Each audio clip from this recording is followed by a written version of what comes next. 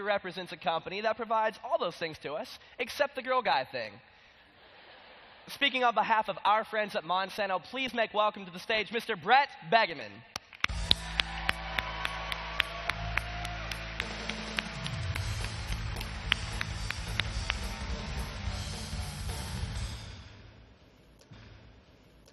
Wow. I don't know how I follow something like that, but the tremendous energy in this room and all the blue jackets, I have to tell you, it really gets your battery charged to get your blood pumping. There's very little things in life that excite me more than agriculture, but one of those things that comes really close is college football. Yeah. All right, I need a few people to help me in here. Are there any Ohio State Buckeye fans in here? Wow. How about Nebraska Cornhuskers? How about Georgia Bulldogs? Any Texas A&M Aggies out there? All right, now help me out. Any Missouri Tigers out there? There. And yeah, since we play Kentucky this weekend, any Kentucky fans? Oh yeah, Missouri definitely won. Definitely won. Thank you, Missouri. I'm not biased at all, even though I'm an avid Missouri fan. I tell you what, Kentucky fans, even though you gave a big cheer, Missouri still beat you, but I'll make you a deal. If your Wildcats come into the zoo this weekend and beat my Mizzou Tigers, I'll tweet on the Monsanto Twitter feed a picture of me wearing a Kentucky hat. It's a real honor and a privilege to be here with all of you today to share a few brief remarks. But I just wanted to give you a thought about how I started and where I ended up how I ended up here. Some 35 years ago, when I was leaving the University of Missouri, it was a bad drought in Missouri, and I had my heart set on going back to farm with my family, but it didn't work out so well, so I went to Minnesota and became a sales rep for Monsanto. I spent my first 5 years up there driving around in a 1983 Chevy Celebrity. I had my plat books in my right seat. And everywhere I went, I had those maps, and I had to unfold them and try to find out where farmers lived. I had a roll of quarters in my pocket so that I could use a payphone along the side of the road. Back then, there was about somewhere around 4 billion people living in the world, 312 million in the United States. Today, we have 7 billion people living in the world.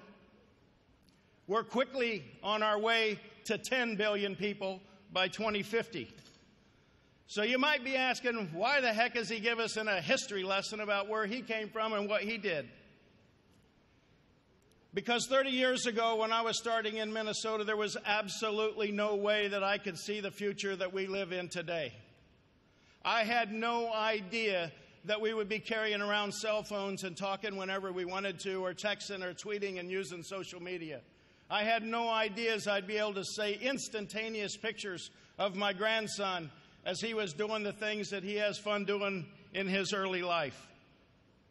I had no idea that agriculture would be using drought-tolerant seeds in the United States as well as Africa, or even that plants would be resistant to different herbicides or pests.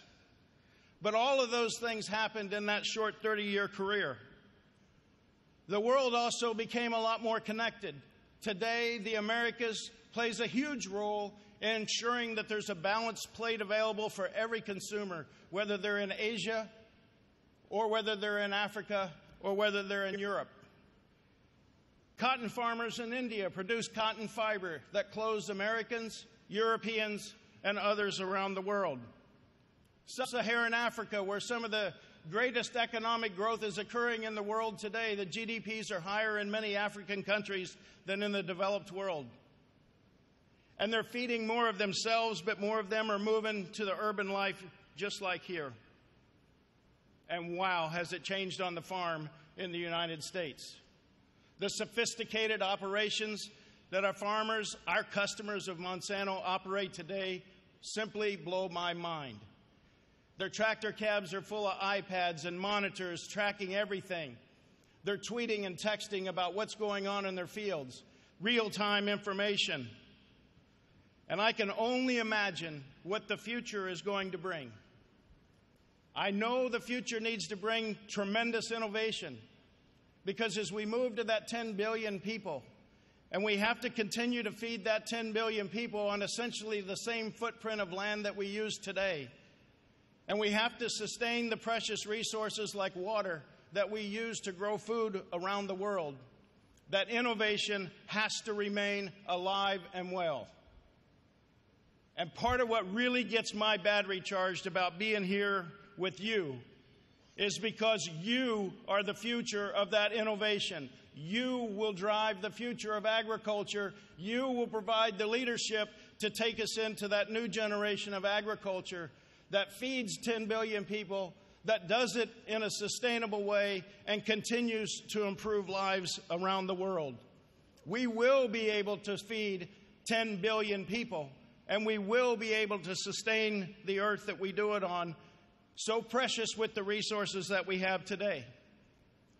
And Monsanto wants to play a small part in helping some of you in this room and many others have the opportunity to pursue your dreams in agriculture. So we announced earlier today a new scholarship. The America's Farmers Grow Rural Education and Grow Rural Communities has been out there several years, and now we have a new one, America's Farmers Grow Rural Ag Leaders. We're going to invest in 350 $1,500 scholarships nationwide every year to encourage young people like you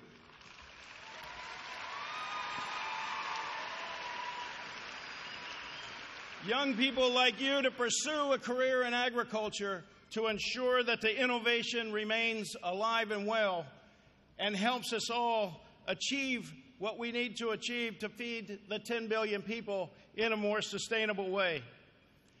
I am highly confident by being here with you and seeing the energy in this room. I have absolutely no doubt that you will be able to pull that off.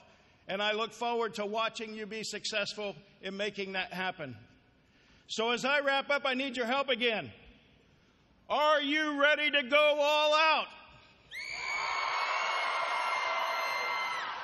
I'm not sure I heard you. Are you ready to go all out?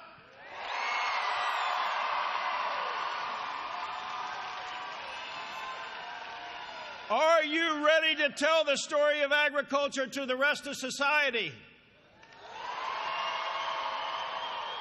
I count on each and every one of you to go all out and help us tell the story of agriculture to each and every one in society who has a tremendous interest in what we do and what you do, and we need to engage in that conversation. So have a great rest of your conference. It's a pleasure and an honor to be here with you, and I wish you all the brightest and most successful futures. Thank you. Sorry. Mr. Begemann, thank you so much for joining us this afternoon to speak on behalf of Monsanto. As one of our closest friends and supporters, your company consistently gives of itself to ensure that we're ready to enter the workforce, pursue higher education, and above all, grow as individuals. From our family to yours, thank you. Ladies and gentlemen, Mr. Brett Begemann. You have time for you, sir? Yes, sir. Thank you very much.